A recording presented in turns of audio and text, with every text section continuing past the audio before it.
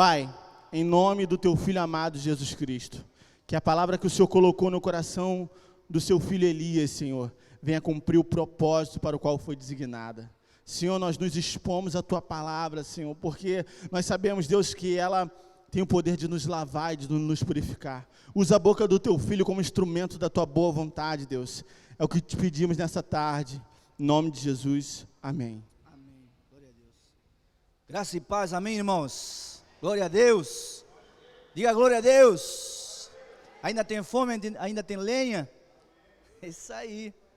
Amém, irmãos. Glória a Deus, é uma honra, uma alegria poder estar com os irmãos, compartilhando aqui um tempo, passando um tempo aqui com os irmãos, né? Aqui também estamos com o pastor Ailton, o pastor Alexandre, né? Uma honra caminhar com os irmãos, uma alegria poder ver esse prédio lindo, um grande desafio, né, pastor? Eu fui acompanhando de perto com o pastor, e eu falo para você, seu pastor é um pastor de fé. Eu posso falar para você, ele é discípulo do pastor Ricardo, porque o pastor Ricardo, ele é assim, irmãos.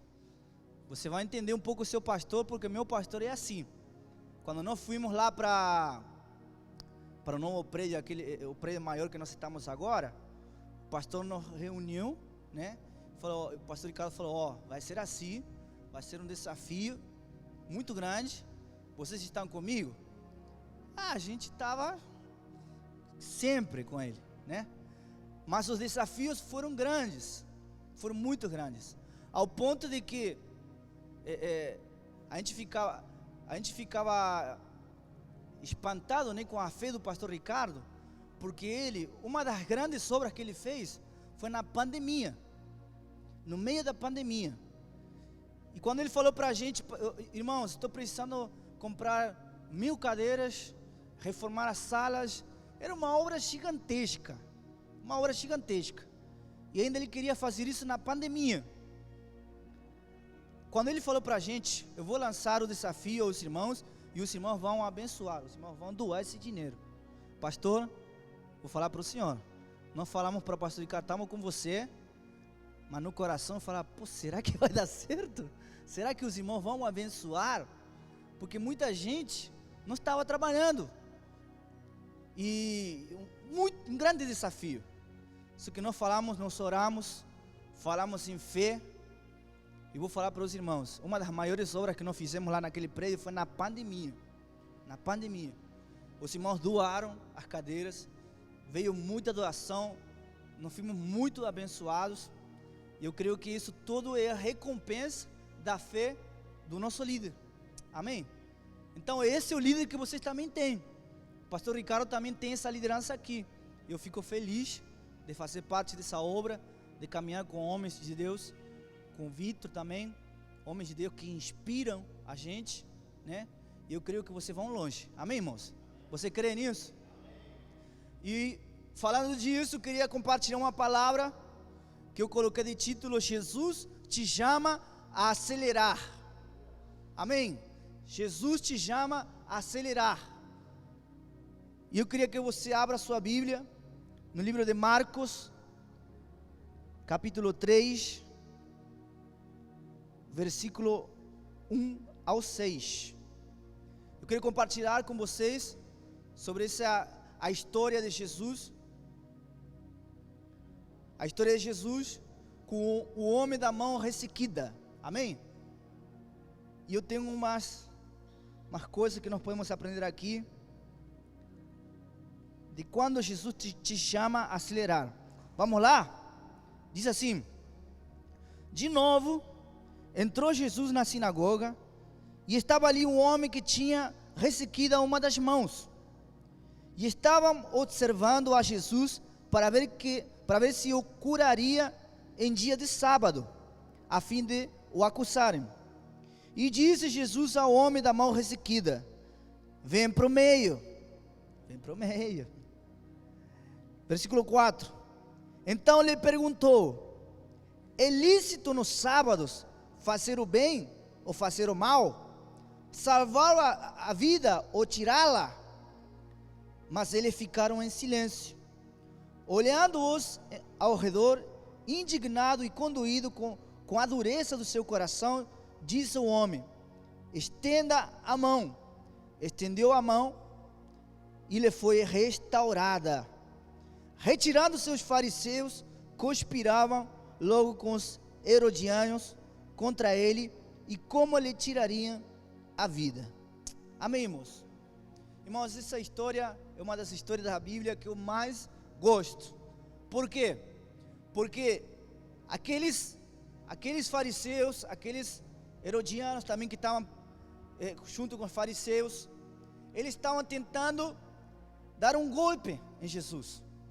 Eles colocaram uma pessoa doente perto de Jesus, entenda o golpe, para ver se Jesus, no dia sábado, que é o dia que ninguém poderia fazer nada, muito menos curar alguém, se Jesus iria curar aquela pessoa.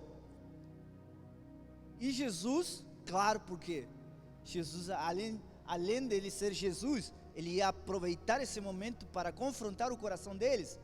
Ele foi lá, chamou aquela pessoa, fez ela vir ao meio e restaurou a mão daquele homem, para escândalo dos fariseus e de todas aquelas pessoas que estavam assistindo aquela cena. Irmãos, essa história é poderosa, porque essa história nos fala de um chamado. Essa história nos fala de pessoas rejeitadas, pessoas que eu vou falar mais sobre isso. Mas primeiramente, eu quero que você entenda. Passa para mim o slide, né? Ele foi lá na sinagoga, essa pessoa foi colocada como isca para Jesus. Passa para mim. Eu quero que você entenda isso aqui, que é muito importante, o contexto da história. Templo não é a mesma coisa que sinagoga. O pastor que esteve agora em Israel sabe muito mais que eu, né? Mas você sabe que templo havia um só. Sinagogas haviam várias. Tudo isso que aconteceu aqui foi na sinagoga. Você pode estar achando que era o prédio do templo, não era. E para você entender, mais ou menos, você tem que entender o contexto. Templo era um só. O primeiro templo que teve naquela época foi o templo que nós chamamos de ministério mosaico, que foi um templo portátil, que Bezalel, ele recebeu unção para ele construir aquele templo. Esse foi o primeiro templo portátil, o templo do ministério mosaico. Por quê? Porque Moisés mandou fazer aquele templo. Só que depois, o segundo templo foi o templo construído por Salomão. Todos nós sabemos que esse foi um templo, eu acho que na arquitetura, eu acho que foi a melhor obra maestra de todo mundo, o templo de Salomão. Para você entender algo, essa obra é uma obra faraônica, uma obra espetacular, jamais reproduzida. Lá em 1 de Reis, olha para mim, olha a obra de Salomão naquele templo. 1 de Reis, capítulo 6, 21. Por dentro, Salomão revestiu a casa de ouro puro e fez passar cadeias de ouro por dentro do Santo dos Santos, que também cobrirá de ouro. Assim cobriu de ouro toda a casa inteiramente, e também todo o altar que estava diante do Santo dos Santos. Tinha muita grana investida aí. Depois, no capítulo 6, ele disse que também cobriu de ouro o soalho, e tanto mais interior da casa como o seu exterior. Então olha para mim, foi uma obra tremenda, até que chegou Nabucodonosor e tacou fogo naquele templo. Aí vieram a Babilônia, teve o tempo do cativeiro da Babilônia. Quando terminou, no final, que Zorobabel colocou final ao cativeiro, Zorobabel reconstrói o templo de novo. Mas o templo que ele reconstrói é um barracão de madeiras, tábuas de madeiras, que isso demorou 500 anos, aquele templo. Estou contando aqui o contexto para você entender onde eu quero chegar. esse templo foi chamado o segundo templo, né? Também uma obra faraônica. Até que veio Herodes. Fala comigo, Herodes. Herodes, ele fez o quarto chamado do segundo templo, maior templo, o dobro do templo de Salomão. Que ele fez uma obra faraônica também. E Herodes, né, ele reconstruiu o templo, e ele colocou guardas naquele templo chamado herodianos. Havia guardas que cuidavam dos templos e construiu sinagogas que os herodianos, eles tomavam conta daqueles lugares. Estou te falando tudo isso para você entender. Primeiro, por causa dos fariseus, ou dos religiosos, nenhum homem, o pastor sabe, nenhum homem doente, ele poderia entrar ao templo. Não, de jeito nenhum, ao templo, nem com os fariseus, nem com os herodianos. Era uma lei deles, que não poderiam entrar ao templo. Só que, aonde que eles poderiam entrar? E qual era a condição? Somente eles poderiam entrar na sinagoga, que não é templo. Está entendendo? No templo não poderiam entrar. Aonde está isso, pastor? Por exemplo, lá, Atos capítulo 3, versículo 1 e 2, diz que Pedro e João subiam ao templo para a oração da hora nona, e levado um homem coxo de nascença, a qual punham diariamente à porta do templo. Os doentes só poderiam ficar à porta, eles não poderiam entrar no templo. Ao ponto que Pedro e João, eles chegam na escada, né, estão subindo ao templo, dia de culto, encontram com aquele homem que era coxo, né? E interessante que eles olham fixamente naquela pessoa, e ele pedindo esmola, né? O coxo pedindo esmola, dinheiro. E Pedro, ele fala: eu não tenho prata nem ouro, mas o que eu tenho eu te dou. Levanta-te, anda. Levantou aquela pessoa e ela começou a andar. E você vai ver no texto que aquele homem, depois que ele começou a andar, que ele conseguiu entrar no templo. Antes não, porque doentes não entravam no templo. Amém? Graças a Deus que hoje nós somos templo do Espírito Santo. Graças a Deus que hoje não precisa mais disso. Graças a Deus que hoje não temos o acesso liberado. Amém? Diz que, tomando-lo pela mão direita, levantou imediatamente os seus pés e tornozelos se firmaram, deu um salto, se pôs em pé e passou a andar, e entrou com eles no templo, saltando e louvando a Deus. Mas se estava doente, ele não entrava. Se era curado, ele entrava. Está entendendo como que funcionava aquele tempo? Estou te contando a história para você entender como funcionava aquele tempo, né? Aí, mas as sinagogas eram diferentes. As sinagogas, elas tinham estatutos. Na sinagoga havia um príncipe que ele poderia escolher quem poderia entrar. Era mais ou menos 7 pessoas que lá poderiam entrar. Então imagine, essa é como a fila do SUS, né? Você entra na fila, está doente, você entra na fila e você é sorteado. Sabe aquela ligação? Pô, a tua cirurgia saiu, né? Mas aí chegava o chefe dos herodianos e convocava 7. Somente 7 pessoas poderiam entrar na sinagoga. Mas olha para mim, elas não poderiam estar sentadas aqui na frente. Duvido, muito menos no altar da sinagoga. Havia um altar alto onde Jesus foi lá e abriu a Bíblia.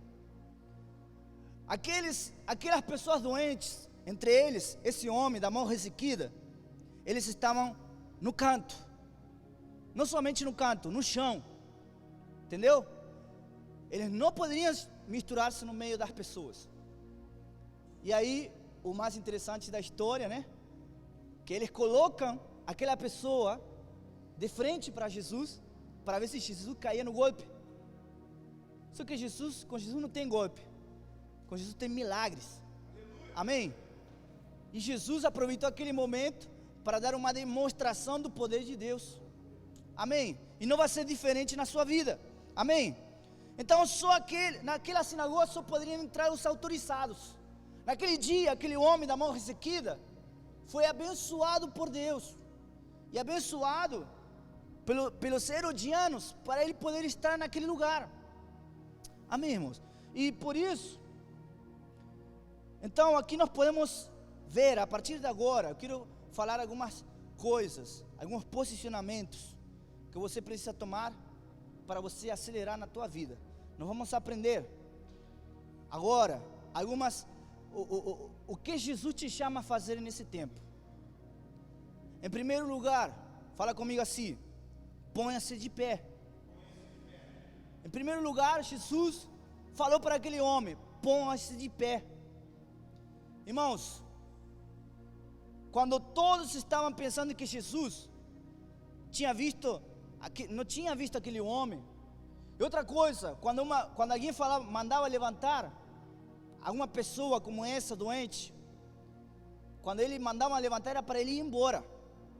Aquela pessoa que foi chamada, ela deve ter pensado: pô, é hora de eu ir embora, está me chamando para fora.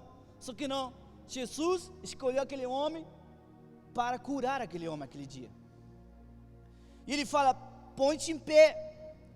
Quando Jesus, ele está dizendo ponte em pé, ele está dizendo: chegou a hora de você se colocar para fora, né? Você não precisa, olha para mim, você não precisa estudar muito e entender muito que canto é pejorativo.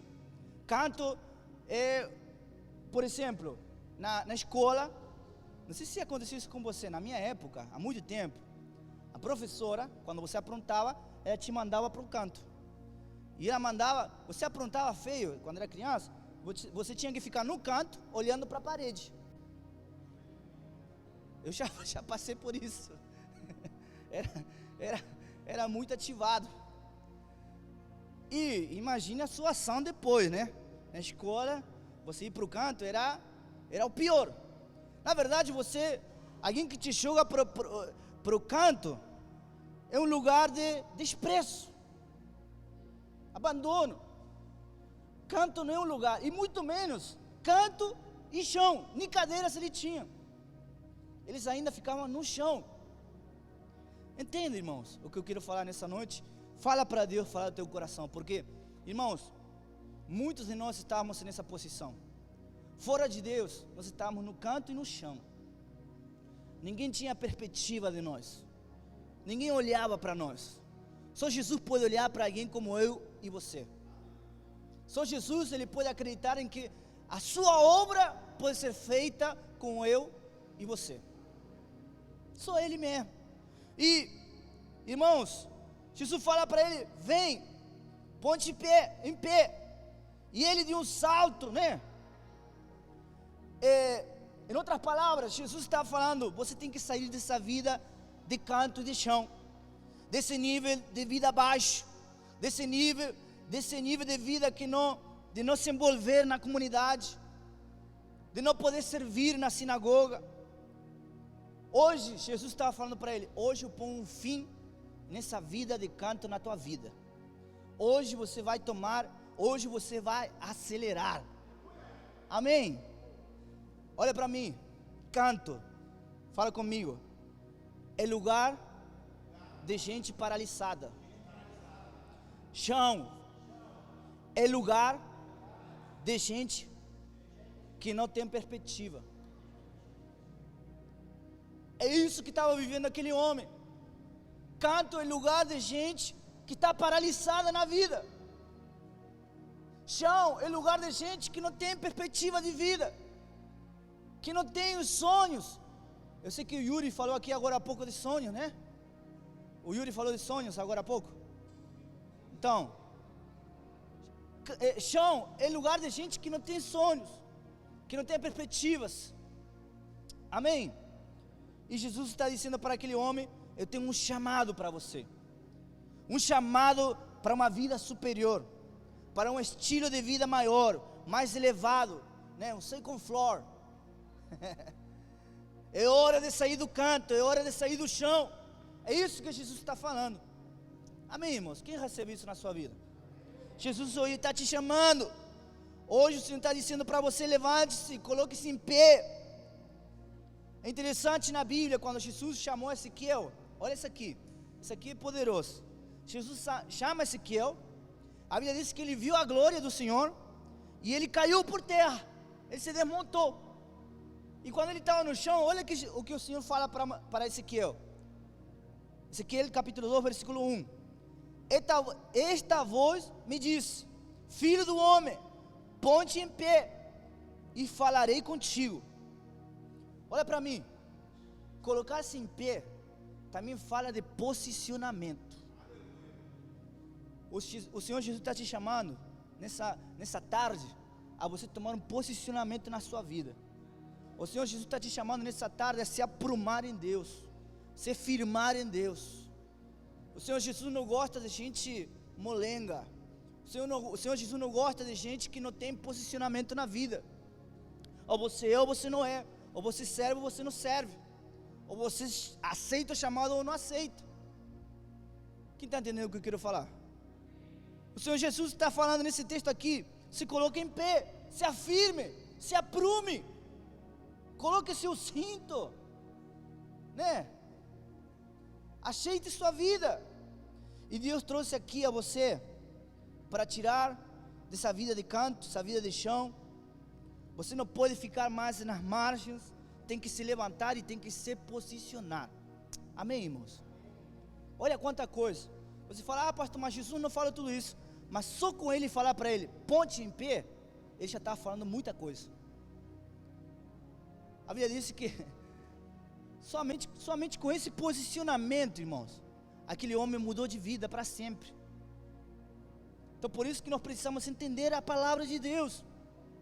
Deus trouxe aqui para te dizer: está na hora de você se levantar, está na hora de você responder ao chamado, está na hora de você fazer o que eu te chamei para você fazer, e não ficar adiando, e não ficar prometendo.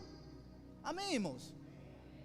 Eu falo sempre, eu não fico bem quando chega um discipulador e ele fala para mim: ah, eu já fiz, eu já liderei, eu já levei tanta vida por encontro. Tá, e agora? Está fazendo o quê? Não, ainda estou resolvendo questões espirituais. Sai fora, toma um jeito, se posiciona. Tem um chamado. Você está servindo a homem, está servindo a Deus. Amém, irmãos? Glória a Deus. Tudo isso o Senhor Jesus está nos falando nessa noite. Tudo isso vai te levar nesse tempo a acelerar, a entender o propósito. Em segundo lugar, isso aqui vocês vão gostar. Jesus chama aquele homem e fala para ele, fala comigo assim: vem para o meio. Irmãos, entenda uma coisa. O que significa vem para o meio? O Senhor Jesus está falando: não fica longe. Tem gente que nesse tempo está longe.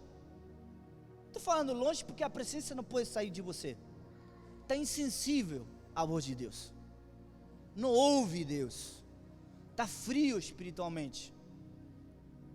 Não está no meio. No meio de quê, pastor? No meio da comunhão, no meio dos irmãos, no meio do discipulado. Não se envolve na célula. Hoje o Senhor Jesus está te falando: vem para o meio. Vem para o meio da comunhão. Vem para o meio do discipulado. Se envolva na célula. Se envolva na obra. Tem muita obra aqui. Tem muita obra para fazer, amém? Não somente, o Senhor Jesus está te chamando nesse dia para você ser um Neemias. Olha para mim. Neemias. Numa mão, o colher de pedreiro, e na outra mão a espada, a palavra de Deus. Numa mão, metendo a mão na massa, e na outra mão, liderando uma célula com unção, com poder, com vida, com poder de Deus. Essa unção que Deus vai liberar hoje na tua vida, a unção de Neemias. Você vai ter força para fazer as duas coisas. Amém? Então Jesus falou para aquele homem: você já gastou muito tempo no chão, em sua vida de canto. Quantos anos?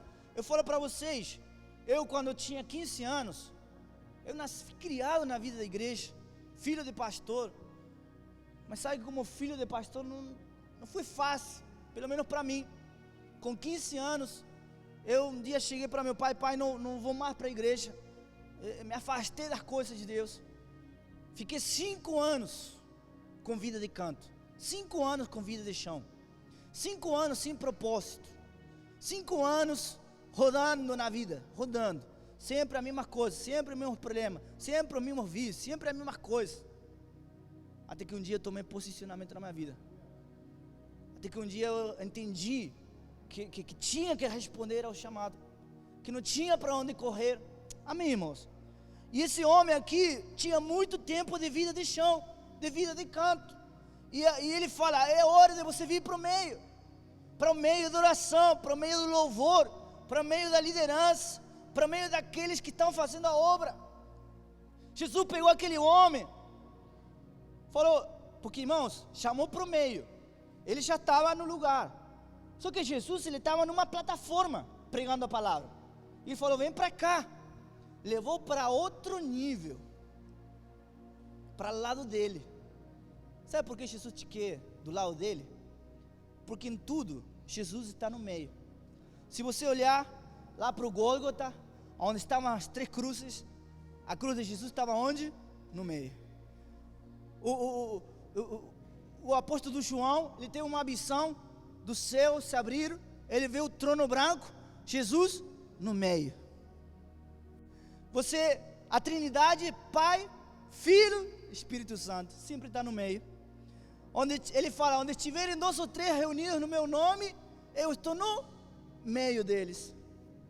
Se você olha lá, aquela história daqueles 3 jovens que estavam na fornalha, havia um 4º homem que estava no meio deles. A vida com Jesus é para você estar no meio, ei! Não dá para você estar fora do mover de Deus. É incrível, não dá para ter discípulos, irmãos, gente que caminha com você, que esteja fora desse mover. Você tem que ter vida de meio, no meio de tudo. Tem que chegar um momento que a pessoa fala para você e falar para você: você não tem caça não? Entendeu? Sempre está na igreja? Não tem caça não? Tem jovens nossos lá que é assim, estão sempre na igreja. E eu gosto disso. Eu gosto. A gente colocar, tem um futebol ali, futimensa lá, totô, tem várias coisas. Mas quem fica lá tem que ficar lá mesmo. Que está no meio. Amém, irmãos? Vocês não estão entendendo o que eu quero falar? Então por isso, irmãos, sabe onde é o seu lugar? No meio. No meio dos salvos, no meio do que amam a Deus, no meio dos filhos de Deus, no meio da congregação, no meio dos radicais livres, aqui, no meio daqueles que oram, no meio daqueles que buscam a Deus, no meio daqueles que servem a Deus. Esse é o seu lugar, não é outro lugar. Eu já decidi isso na minha vida. Você quer me encontrar? Você vai me encontrar no mover. Você quer procurar para o pastor Elias? Você vai me ver lá no meio da vigília. Você vai me ver lá no meio do culto jovem. Você vai me ver lá hoje, encontro com Deus. Eu estou lá, estou saindo daqui, vou para lá. Não tem outra. Não tem vida de canto, eu não tenho vida de canto. Eu decidi. E hoje você precisa entender que o chamado de Jesus para você na sua vida é esse: venha para o meio, esteja no meio. Amém?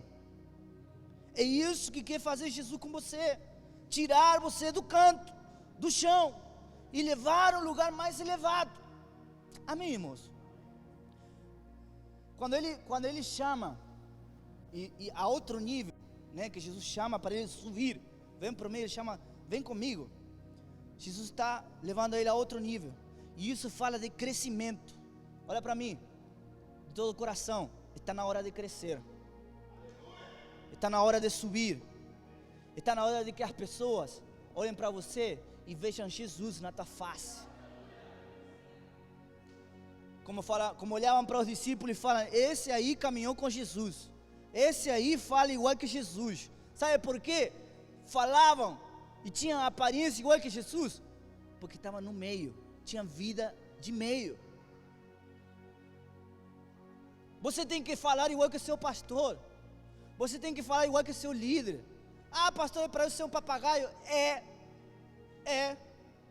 Porque nós caminhamos na mesma unção, no mesmo coração. A igreja de Atos era assim. E a Bíblia diz que não parava de crescer. E iam acrescentando-se aqueles que iam sendo salvos. É isso que vai acontecer nesse lugar, amém? Então entenda, Jesus está te chamando a assumir o seu chamado. Jesus, Ele quer que você esteja do seu lado. Que olhar para você, as pessoas têm que falar, Jesus está na sua vida, amém? Glória a Deus, glória a Deus. Então primeiro, Ele te chama, põe-se em pé. Segundo, vem para o meio. E o último e terceiro chamado, eu acho que é o mais poderoso de todos.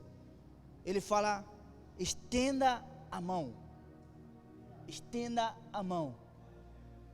Irmãos, chegaram para ele e disseram, está na hora dele descer daí. O pessoal, os fariseus que fizeram aquele golpe, viram aquele homem subindo no palco e falaram, está na hora de tirar esse cara daí. Pô, esse Jesus aí vai fazer um milagre aí. Não vai que Jesus olhou para aquele homem, falou, vamos demonstrar para esses fariseus o poder de Deus aqui nessa hora. A Bíblia disse que falou, estenda a mão. Ele estendeu a mão ressequida, e a mão dele foi restaurada, para a glória de Deus. Todos ficaram em silêncio, todos ficaram sem saber o que falar. Mas sabe o que é mais interessante, que a Bíblia fala, que aquelas pessoas ficaram chateadas, e saíram para fora do templo, da sinagoga, a falar com os herodianos, a comentar com os herodianos, como poderíamos matar esse Jesus. Irmão, isso aqui, o texto ele fala que a mão foi restituída. E o que é restituição? Significa que é voltar ao que era antes. Olha para mim, sabe o que significa a mão ressequida? São mãos que pararam de servir a Deus. São mãos que pararam de ser usadas por Deus. Ela não era assim. Elas já fizeram muito para Deus. Esse homem não nasceu com a mão ressequida. A mão dele se tornou ressequida, se tornou fraca.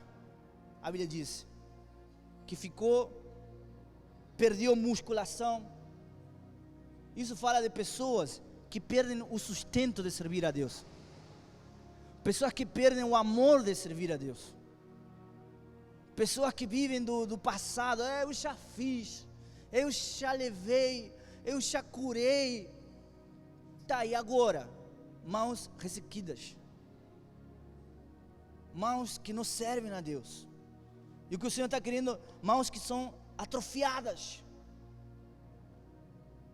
Tudo que você não usa, atrofia. E aqui é interessante, ele fala, estende a mão. Jesus, ele tem o poder de restaurar aquela mão. Olha para mim, o Senhor Jesus nessa tarde, Ele está falando através dessa palavra, eu posso restaurar a tua liderança, eu posso restaurar a tua paixão, eu posso restaurar o teu coração de servir a Deus, mas você precisa estender a mão. Deus, ele não faz nada que você não queira, mas tem que querer aqui, de coração, que chegar e falar hoje para Deus, Deus, eu quero ser usado por Deus, eu não vou ter uma vida de canto, eu não vou ficar prostrado no chão, eu não vou ficar largado, uma liderança largada, uma vida largada. Eu hoje decido estender as minhas mãos. Estenda suas mãos aí onde você está. Fala nesse momento para Deus, Deus, usa a minha vida, restaura toda a minha liderança, toda a minha fé, restaura a minha paixão, que eu possa te servir de coração. Oh Espírito Santo, eu queria chamar a galera do louvor nesse momento. Oh Espírito Santo, eu quero concluir falando o que significa estender as mãos. Olha para mim, estender as mãos significa dependência, pedido de ajuda. Sabe quando uma criança estende a mão para o pai e ele fala, me ajuda? Meu filho o tempo todo, né? São todos pequenininhos os dois, o tempo todo. Me ajuda, me dá. Quero comida. Hoje você precisa estender a mão para o pai, pedindo ajuda. Se você tem dificuldades que você não tem conseguido tratar na sua vida, chega para o pai, fala, pai, eu preciso de ajuda. Nas minhas forças eu não consigo. Irmãos, o pai está disposto a estender a mão e te ajudar. Amém? Hoje é dia de você pedir ajuda. Se você tem que estender a mão para pedir ajuda, estenda a mão. Segundo, estender a mão, fala comigo assim, disposição. Estender a mão é também você falar, em que eu posso ajudar? Em que eu posso servir?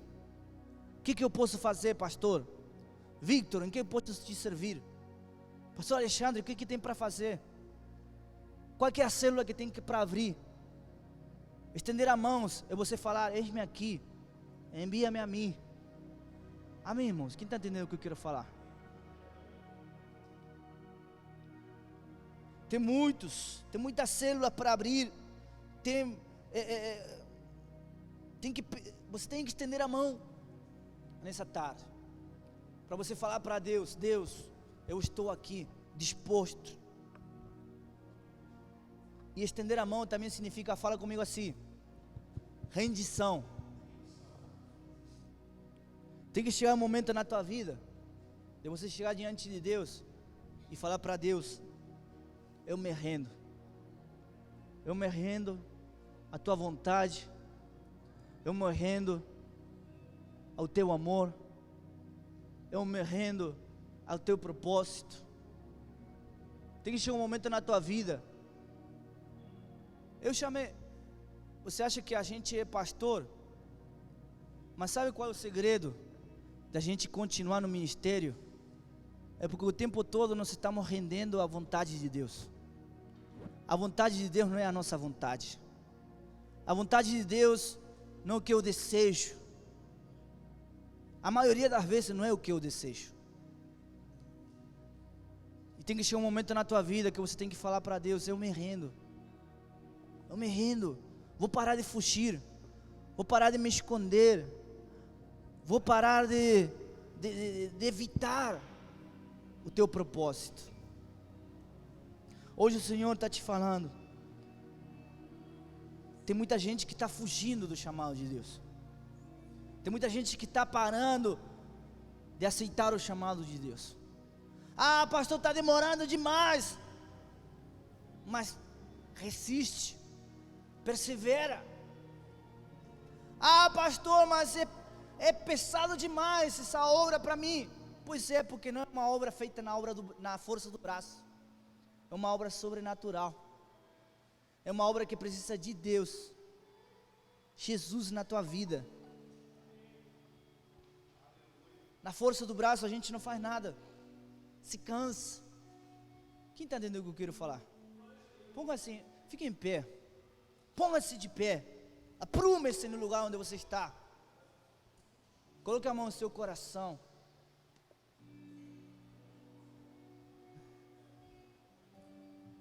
Deus, o Senhor Jesus está te chamando a acelerar nesse tempo.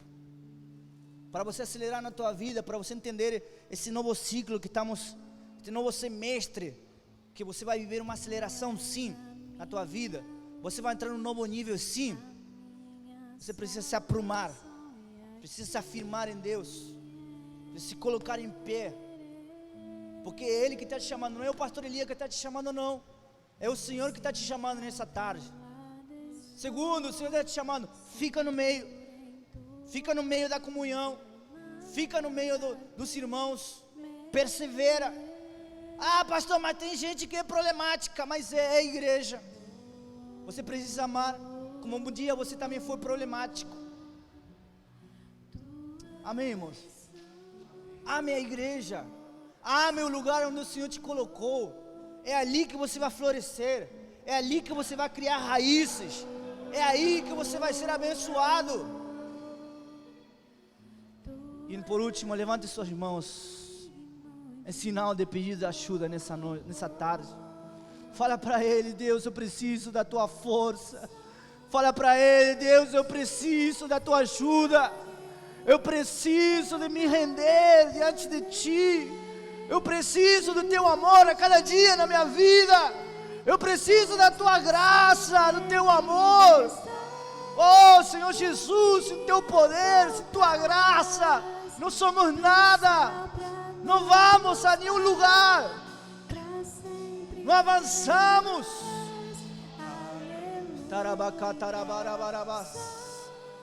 Oh, Espírito Santo, eu quero ouvir a Tua oração nessa tarde. Eu quero ouvir a Tua oração levantando as mãos e se rendendo na presença de Deus. Ele está te chamando. Ele está te chamando a acelerar. Ele está te chamando a você fazer parte de uma obra poderosa. Oh, ratarabacatarabarabarabarabas. Oh, sheterebecatarabas. Oh, Espírito Santo.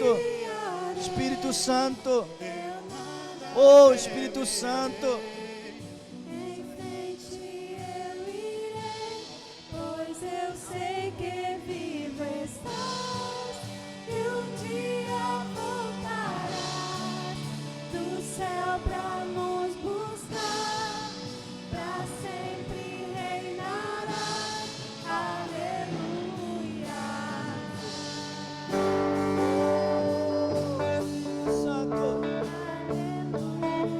Irmãos, você que entendeu nessa noite que o Senhor Jesus está te chamando a subir a um nível na tua vida, a atender o chamado de Deus. Eu quero orar, eu não quero sair desse lugar sem abençoar a tua vida. O pastor Ailton, ele veio muito longe, nós queremos orar pela sua vida nessa tarde. Amém, queremos ser bênçãos na sua vida. Quando o Senhor Jesus me chamou, irmãos, eu não duvidei a sair do meu país, a sair da minha família, largar tudo. Não conhecia a videira, não conhecia o pastor Ricardo, não conhecia a língua, nada. Mas eu quero falar uma coisa para você: Ele sempre me honrou, Ele sempre me sustentou, nunca nada me faltou. Hoje eu tenho uma família, hoje o Senhor tem me abençoado poderosamente, porque um dia, como você, atendi o chamado de Deus. Parei de me esconder, parei de ter uma vida de canto, parei de ter uma vida sem propósito. Eu quero orar pela tua vida nessa tarde. Eu quero que você venha aqui na frente. Vamos adorar o Senhor. Nós queremos orar por você. Vem aqui na frente, pode vir.